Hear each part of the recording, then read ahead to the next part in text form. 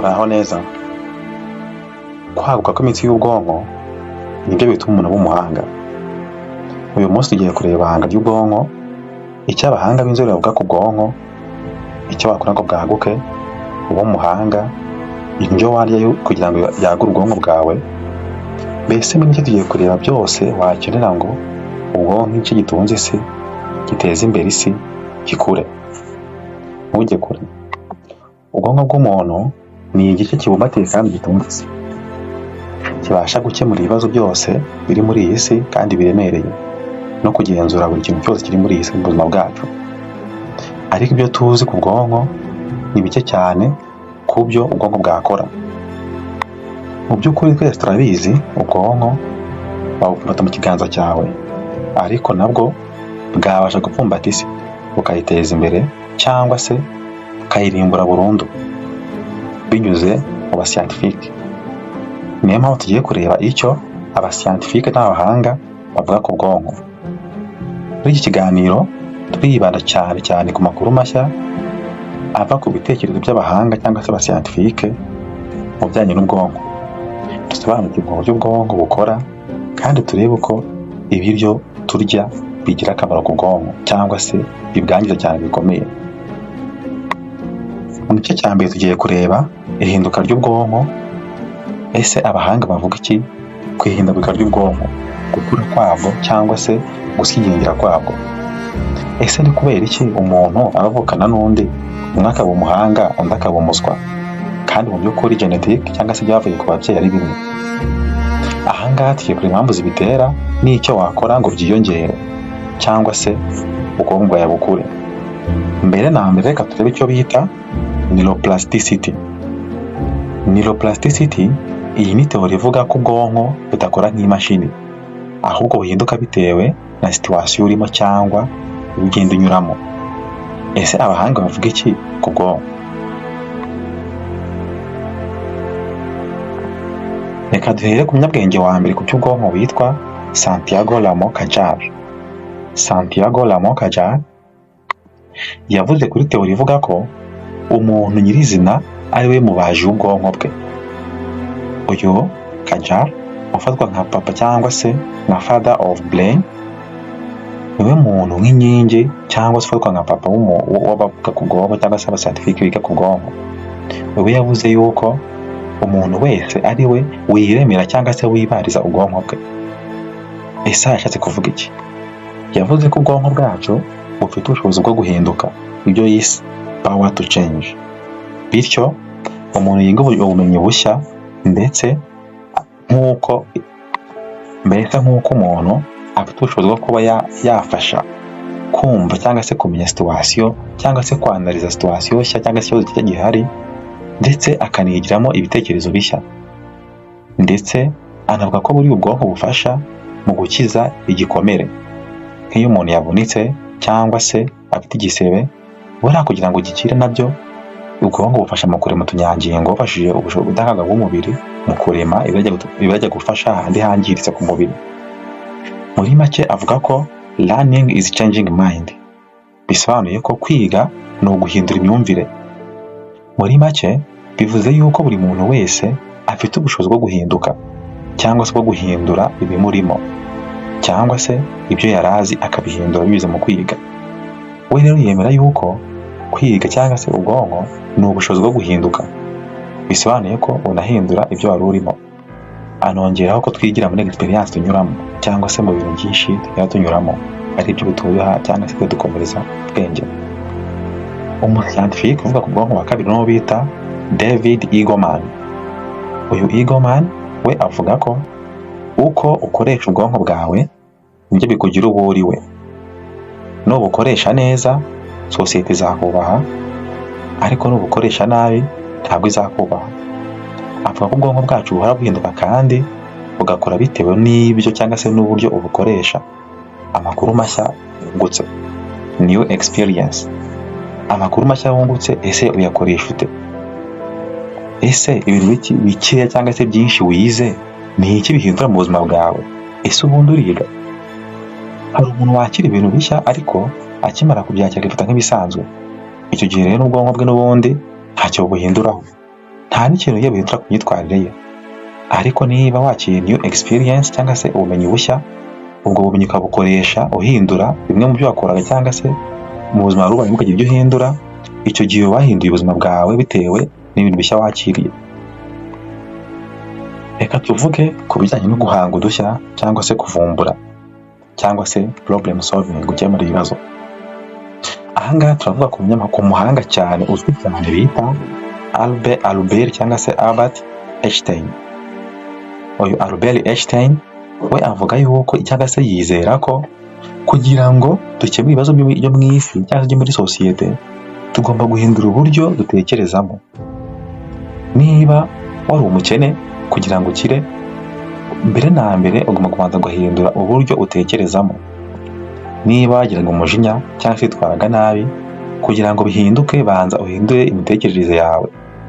Ndetse yongeyeho ko tudashobora gukemura ibibazo byacu mu gihe tudashoboye guhindura uko twatekerezaga igihe twatezaga ibyo bibazo. Muri make, niba ukoze ikosa kugira ngo urikemure, ni uko urabanza gutekereza bitandukanye n'uko watekerezaga mbere. Ntabwo wakemura rya kosa ugitekereza nk'uko watekerezaga mbere igihe wakoraga rya kosa. Kandi Einstein yongeyeho ko ubwonko bwacu bwishimira kandi bukanezezwa no kwakira amakuru mashya, kandi bunezezwa cyane no kwakira amakuru arimo impinduka cyangwa se new experience, cyangwa se arimo challenge cyangwa se ibintu byinshi bigoranye. Niyo mpamvu ubundi kuruhuka si ukwicara, ahubwo ni uguhindura icyo wakoraga.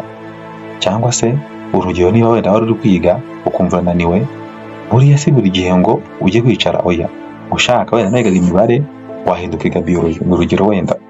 Icyo gihe n'ubundi ubwonko buri kuruhuka kubera ko ibyo wakoraga biri guhinduka. Cyangwa se niba uri kwiga, tuvuga wenda gutwara imodoka, noneho ukajya kwiga gukina umupira w'amaguru, icyo gihe ubwonko buri gukora bwaruhutse. Nubwo wowe uri kuruhuka, ariko ubwonko bwo buracyakora kuko buri gutekereza. Rero kuruhura ubwonko ni uguhindura icyo wakoraga. Undi muhanga witwa Carl Sagan we yavuze ko ubwonko ari nk'umutsi. Iyo dukora nibwo twumva umunezero, cyangwa se ubwonko iyo buri gukora buriya nibwo buba bunezerwa. Yewe kimwe na computer buriya iba nziza cyangwa se iya upgrading mu gihe gukora. Yewe ibikoresho bya electronique byose buriya bikora bigendeye ku bwonko. Niyo mpamvu ubona imodoka uramutse ifashe ukayiparika imyaka 2 ihita ipfa. Yewe si n'imyaka 2 n'amezi yaba yapfuye. Ubwonko rero bumaze umwaka budakora burundu gahita buhagarara. Ndetse avuga yuko uko urushaho gukora cyane, uko urushaho kubona ubwonko, niko bunezerwa kandi bugakura. Iyo bunezerewe niko bukura kandi bukaguka. Wowe wumva yuko uri kubuvuna, ariko ubwo uri kunezererwa ko bari kwaguka. Mbese muri make uba urimo bugaburira. Ibyo by'ubwonko bya mbere ni ibitekerezo, ni challenge. Ubwonko bukura iyo uri kubuvuna. Uko uvuna ubwonko cyane, utekereza ibintu byinshi, niko bwo bugenda bukura. Undi muhanga bita Oliver Sacks we yavuze yuko ibyo twakira biba muri science cyangwa se mu byiyumviro byacu ari byo dufasha kongera cyangwa se guhanga ubwenge bwacu. Ariko hanasobanura yuko ubwonko bwacu bukoresha cyane ibitekerezo yacu mu buryo bwabitse, cyangwa se mu bintu usanzwe uzi mu bwonko bwawe mufata umwanzuro. Muri makeya imyanzuro gufata iva mu bwonko bwacu, ntabwo iva mu byo uri kubona hanze y'ubwonko bwawe. Iyo washyize mu bwonko bwawe mbere ukabibikamo, mu gihe cy'umwanzuro cyangwa se bifata ibyemezo ukoresha bya bindi birimo, bityo ugafata umwanzuro muzima kandi unoze. Ubundi ubwonko ni ikintu cyagutse utabona uko usobanura. Niyo mpamvu Fred Sigmund we yaravuze ngo ubwonko bushobora kugereranywa nko kurebera amazi cyangwa se izuba mu mazi magari. Urugero, uzarebe nk'iyo uri kurebera izuba mu kiyaga cya Kivu, n'urugero wenda cyangwa se mu basi irimo amazi, ubona ryagiye kure cyane aho utabasha no kurigeraho. Mbese muri make bidafite iherezo. Begeranije bwaho ko rero ubwonko, ibi nibyo Fred Sigmund yari yavuga yuko ibiri mu muntu, turavuga ubwonko, bitagira iherezo. Ari nayo mpamvu nta muntu n'umwe uri kuri iyi si washobora kwiga ku muntu ngo amwumve amusobanukirwe amumenye 100%. Ntabwo bishoboka. Ibyo biramutse bihari, umuntu yakiga ubwonko bw'undi, nta muntu wahemukirwa. Ariko umuntu uzi ko umuzi, uzi ko mwizi, ariko umunsi umwe akagutunga akaguhemukira. Ibyo ni uko ubwonko rero bwagutse kandi birimo utamenya uko bingana. Niyo mpamvu umuhanga bita Paul MacLean we yivugiye ko ubwonko bufite ibyiciro bitatu ari byo reptilian, mammalian and human. Igice cya mbere reptilian akigereranyije no kubaho, mbese hari ubwonko budufasha kubaho mu buzima bwa buri munsi, guhatana n'ubuzima, kwirwanaho. Ubwo bwonko babwita reptilian. Hakaza n'ubundi budufasha bita mammalian, aribwo bujyana emotion cyangwa se ibyiyumviro nko gukunda, kubera ko kwiyumva umuntu, kumva uramukeneye, ukumva mbese uramukumbuye, ibyo bamwe icyo bita mammalian. Noneho n'ikindi bita human. Icyo bita human noneho ni high level thinking, hahandi noneho utekereza byagutse kandi cyane. Muri make hari igice cyufasha mu buzima bwa buri munsi bwo kubaho muri sosiyete, hakaba ikindi gifasha kumva twiyumva nk'umuntu cyangwa se twumva dushaka gukunda cyangwa se wenda gukumbura umuntu, hakaba n'ikindi gifasha gutekereza cyane byagutse dusolvinga ibibazo bitandukanye mu buzima bwa buri munsi. Ariyo mpamvu Antonio Damasio we yavuze ko umutimanama, ubundi bavuga ko umutimanama uva mu bwonko. Nubwo bahita umutimanama ariko buriya umutimanama ni ingaruka, kubera ko atekereza ngo nibura iki ngiki biragenda bite. Ibyo ngibyo ntabwo kubyumva neza ko uri kwanariza, uri kwibaza, kandi ntabwo umutima wanariza, ntabwo umutima wibaza, ahubwo buriya umutima n'ubwonko bifitanye connection kubera ko bivuye ku maraso. Mu by'ukuri umutima ntabwo ukunda, nubwo tuvuga benshi ngo ndamukunda ku mutima wanjye, ibintu nk'ibyo ariko ntabwo ari byo. Ahubwo umutima kubera utwara amaraso, ni ukuvuga ngo impamvu nk'iyo wumvishe umuntu umukunda wenda wamubona ukuva umutima urateye cyane, ni ukubera ko ubwonko butekereje ibintu byinshi cyane, bituma amaraso yihuta. Amaraso yihuse kuko aterwa n'umutima, bituma umutima wumva uhindutse, ariko mu by'ukuri amarangamutima ubundi ni ingaruka nziza cyangwa mbi. Rero Antonio Damasio we yavuze ko amarangamutima ari ingaruka, arizo zituma umutima utera cyane. Benshi bakavuga yuko amarangamutima ava mu mutima, ariko hoya aterwa n'ubwonko. Naho Eric Kando we yavuze ko kwiga ni ubushobozi bwo kwakira ibitekerezo bishya binyuranye, kunyura mu bintu byinshi bitandukanye, noneho ibyo twanyuzemo byose bigasigara nk'urwibutso mu mitwe yacu, bizatuma dufata imyanzuro mizima. Noneho reka turebe ngo ubuhanga ni iki, ni gute umuntu aba umuhanga undi ntabe umuhanga, aribyo bita umuswa nubwo atari byo. Kuki bamwe b'abahanga kurusha abandi? Ese ubundi wowe wakora iki ngo ube umuhanga?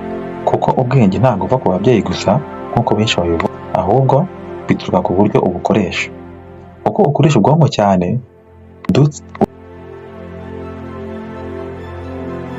uko ukoresha ubwonko cyane byihuse kandi ushaka kugira ngo uvumbure byinshi birushijeho, niko hagenda udutwonko tugenda twegerana, ndetse hakavuka n'utundi dushya bita robust brain networks. Izi robust brain networks zifasha ubwonko gukora vuba vuba, ndetse no gukurura amakuru abitse mu bwonko vuba vuba, gutekereza vuba, ndetse bigatuma witwa umuhanga. Ndetse abahanga basobanura ko mu bundi buryo kutari umuhanga bishobora guterwa no kuba ufite ibibazo by'ubuzima wanyuzemo cyangwa se ubunebwe, kubera ko ubwonko ukuntu bukora burabanza bukanariza amarangamutima yawe, bukamenya ngo ese ubundi uyu muntu akunda iki, cyangwa se muri aka kanya ashaka iki. Iyo umaze kubwira icyo ushaka n'icyo ufunze, nabwo bwose bwirundira hantu amarangamutima yawe yose ari, desire zaho ziri. Hano urekeje umutima wawe niho rero ubwonko bwose buhita bujya, noneho bukahibanda cyane. Ari nayo mpamvu iyo utariye ugutekereza ibiryo, ugasanga umuntu ushonje nta kintu na kimwe yakwanga gifate, kubera ko ubwonko bwose buri concentre hahandi rwo kubaza ibiryo. Rero nta kintu na kimwe wakora ngo ubuhindure kandi ukeneye ibyo kurusha ibindi byose.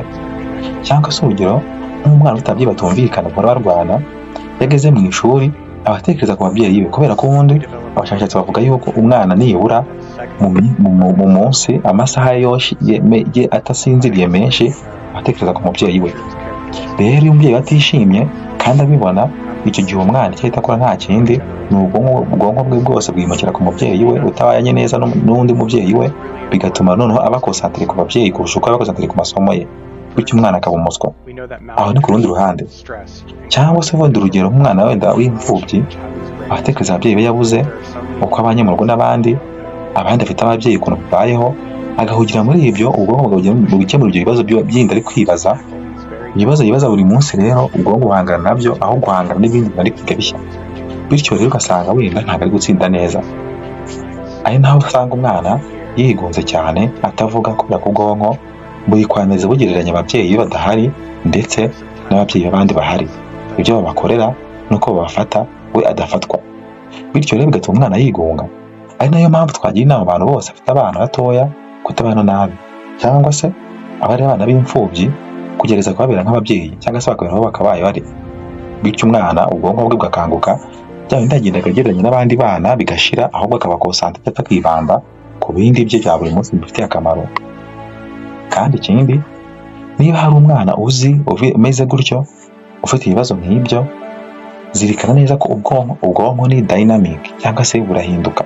Ubwonko igihe cyose uko bwaba bumeze kose, niyo mpamvu aho bita rehabilitation cyangwa se kongera gusubiza umuntu ku murongo. Icyo gihe icyo bakora ni ugutoza ubwonko ukabuvana hahandi bwitsikamiye, hahandi bwabaswe, bakabwimurira ahandi bashaka ko buba, cyangwa se bakabwereka ikindi kintu ugomba guhugiraho. Ubundi muri make hariya ni ukwimura ubwonko cyangwa se concentration y'ubwonko bakayimurira ahandi, bagafata hahandi bwarahugiye bakabuhavana babwireka yuko nta kintu bimaze, bakabwimurira ahandi buri ko ari akamaro. Ni nayo mpamvu usanga muri ziriya rehabilitation umuntu wenda yabaswe n'inzoga ariko ukabona bazimukuyeho burundu cyangwa se itabi. Hariya bamwe ubwonko barabanza akabutoza yuko ibiyobyabwenge nta kintu bimaze, atari byiza, bitaryoha, mbese bamara kutugira ibintu ubwonko bukagenda bukanga cya kintu. Ariko kugira ngo bucyange hari ikindi kintu batoza ubwonko gukunda. Bereka ubwonko yuko cya kintu yakoraga cyangwa se yakundaga ari kibi, ahubwo aramutse yigiriye muri kiriya cyo cyiza. Bityo rero uko iminsi ishira atabona cya kintu, ahubwo ubona cya kintu kiri kumutoza, ubwonko butabuhinduka. Niyo mpamvu abahanga bavuga ko ubwonko ari dynamics. Nawe rero uzi umwana wigunze cyangwa se w'umuswa bitewe n'impamvu twavuze hano hejuru, wamufasha kandi agahinduka. Kandi ikindi ku mwana, ahangaha twareba nk'ibiryo wafasha ku mwana ngo ubwonko bwe bukure cyangwa se bumere neza. Urugero ngaha twavugamo ibiryo by'amoko abiri. Hari byiza ku bwonko cyangwa se bikuza ubwonko cyangwa se birinda ubwonko, ariko hari n'ibwangiza. Reka duhere ku birinda ubwonko. Urugero harimo nk'ifi. Ifi zifite fatty 3 omega acid cyangwa se omega 3 fatty acids. Ibi ni amafi cyangwa se ibikomoka ku mazi, biba mu mazi, ibikomoka ku mafi byose nk'indugu, isambaza ndetse n'ibindi. Ibyo ngibyo bifasha umwana kuba yabasha gukura ubwonko bwe kandi bukaba burinzwe kandi bumeze neza. Ikindi wamuha ni ibyo byibanjemo icyo bita antioxidant cyangwa se n'ibindi birimo ibinyampeke cyangwa se n'ubunyobwa bikungahaye kuri vitamine, cyangwa se cyane cyane mugaha umwana imboga za pinari cyangwa se imboga rwatsi. Izi ngizi uko zifasha umwana mu gukuza ndetse no gusigasira imitekerereze n'imikurire y'ubwonko bwe. Gusa buri wese nyumva nagusaba kwirinda ibi bikurikira. Rwose niba uzi ko ukunda isukari, unywa isukari iri mu rugero kuko yangiza ubwonko, ituma ubwonko buba diminished cyangwa se bukagabanuka. Ubwonko isukari igenda ikabubata ikabumunga. Mbese muri make isukari ni virusi ku bwonko, ariko n'igihe yabaye nyinshi. Cyane cyane nk'umwana unyumva ujya ufata isukari akayirigata, ni ikosa rikomeye cyane kubera ko iyo sukari urigase gutya itanahiye ihitira ku bwonko, kandi iyo igenda ikabutwikira maze ubwonko bukamera nk'ubusinzirisha kimwe. Ikindi birimo amavuta menshi nziza ku bwonko. Urugero nk'inyama. Inyama nyinshi nazo zirimo ibinure ntabwo ari nziza ku bwonko kubera ko zituma cognitive function idakora neza cyangwa se ubwonko budakora neza. Ikindi kandi bigatuma ubwonko bwibanda muri ya binure mu kurwana n'ukuntu bugiye guhangana no kutagira ibinure byinshi mu mubiri, cyangwa se ibindi twavugamo nk'inzoga, nazo zatuma wenda ubwonko bwacu budakora neza kandi ntibukure. Muri make cyangwa kubaza impamvu ni iyihe? Ubwonko ubundi nakubwiye ko nabivuze hejuru bwibanda ku kintu giteje impagarara mu mubiri wawe cyangwa se ku buzima bwawe. Niyo mpamvu nanywa inzoga ubwonko icyo gukora ni uguhangana na ya nzoga kugira ngo yere kukwica, cyangwa se uhangane na ya nzoga kugira ngo were gusinda. Rero umuntu asinda iyo ubwonko bunaniwe cyangwa butagishoboye guhangana na ya nzoga. Uko buhangana na ya nzoga niko ibindi byose wakoraga biba bihagaze. Bityo rero handi usanga umuntu yabaswe n'inzoga ugasanga ibitekerezo byose bigiriye ku nzoga, ntabwo ibitekerezo bye byose biri mu buzima bwo ikintu cyose ubwonko bwe cyane cyane bunini bwibanza mu kurwanya inzoga. Cyangwa se ku isukari n'ibinure, baravuze ko isukari ndetse n'ibinure bitera indwara nyinshi mu mubiri nka za glucose nyinshi mu mubiri, cyangwa se ukaba warwara indwara zitandukanye umuvuduko w'amaraso n'ibindi. Icyo gihe rero ubwonko buhasigara burwana n'ukuntu bwarinda umubiri ngo isukari yere kuzamuka buproducinga glycerol ndetse na glucose kugira ngo buregere umubiri w'umuntu isukari biringaniye. Icyo gihe rero ubwonko bufite akazi kenshi buhugiyeho kurusha uko ahugira kuri ya mibare ukiga mu ishuri. Usanga umuntu ari gutsindwa bitewe n'isukari nyinshi arya cyangwa se ibindi bintu byinshi byangiza umubiri ubwonko buhugiyeho. Ibyo kandi bizatuma urwara nk'indwara bita Alzheimer igaragazwa cyane no kubura ubwonko cyangwa se memory loss. Muri make mu yandi magambo ni kwibagirwa. Ikindi cognitive decline, imitekerereze yawe cyangwa se ubwenge bwawe mind yawe igacika intege cyane. Buhoro buhoro rero ugasanga umuntu ntagakibuka cyangwa se burundu ntabwo yibuka. Ngaha rero ikintu kibigaragaza ni uko umuntu yibagirwa iyo bitaraba severe cyangwa se utagiye igihe kirekire, cyangwa se ugasanga gushidikanya ibintu byose ugasanga bishidikanyaho. Aha ngaha rero ikintu wakora igihe indyo yuzuye kandi ukore siporo. Ndetse hari n'indi ndwara yitwa Parkinson, iyi ngiyi ikabuza no kugenda ugasanga umuntu ntabwo ashobora kugenda namba. Ndetse na stroke, iyi ngiyi ni igihe umutsi ujyana amaraso mu bwonko wagize ikibazo ugasanga amaraso ntabwo ari kugera mu bwonko neza. Icyo gihe ni hahandi usanga umuntu afite ikibazo cyo kuba yagwa bitunguranye akibagirwa, cyangwa se agahora stress ihoraho, cyangwa se ugahora umurya, cyangwa se bitunguranye kubona ikubise hasi bitunguranye. Stroke muri make itera stress. Aha ngaha rero itera mbere na mbere byose indwara zose umukujya kwa muganga bakareba ko uwo mutsi wawufasha, cyangwa se ukagira indyo yuzuye ukora na siporo kuko nayo ifite kugufasha cyane. Kandi umuntu urwaye stroke ashobora no kuvangavanga ibintu, cyangwa se no kuvuga bikamunanira ugasanga ntabwo ashobora kuvuga ibyo ari kuvuga ibintu bivangavanga. Ndetse hari indi ndwara bita multiple sclerosis. Iyi nayo ni indwara iterwa no kubura ubudahangarwa bw'umubiri, hahandi umuntu usanga ahora ananiwe kandi atareba neza, kandi igihe cyose akumva imbaraga ntazo afite. Byose rero kugira ngo birinde neza, ikintu twajyaho inama abantu ni gukora imyitozo ngororamubiri kugira ngo wipuruvinge ubwonko bwawe, ugabanye stress, ndetse ubwonko bwawe bukure neza, kuko siporo ituma umubiri wawe ukura cyangwa se ukora neza, kandi umubiri wakontororwa n'ubwonko, bisobanuye ko ubwonko bukora neza. Ikindi kandi ugakoresha mental stimulation.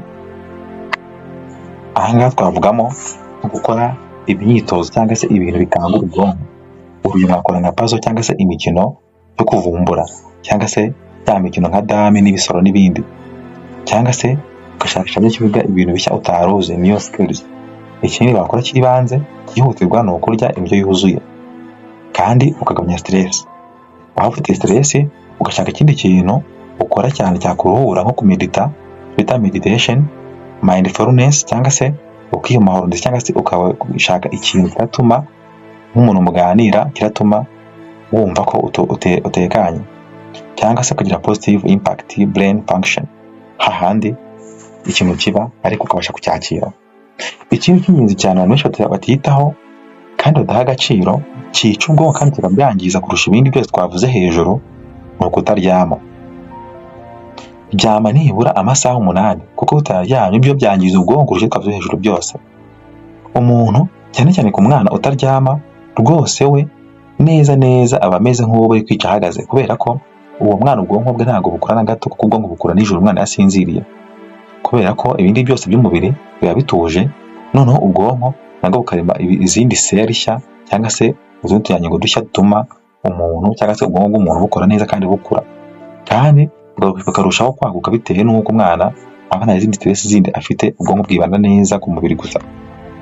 Ahangaha rero twakaba dushimira abahanga bacu nka Ruchima Santiago Ramos Sayar, Albert Einstein, Kaya Shagan, David Eggman, Sigmund Freud hamwe n'abandi bose batanga umusanzu mu kutubwira inama ku buzima bwacu cyane cyane bw'ubwonko umunsi ku munsi.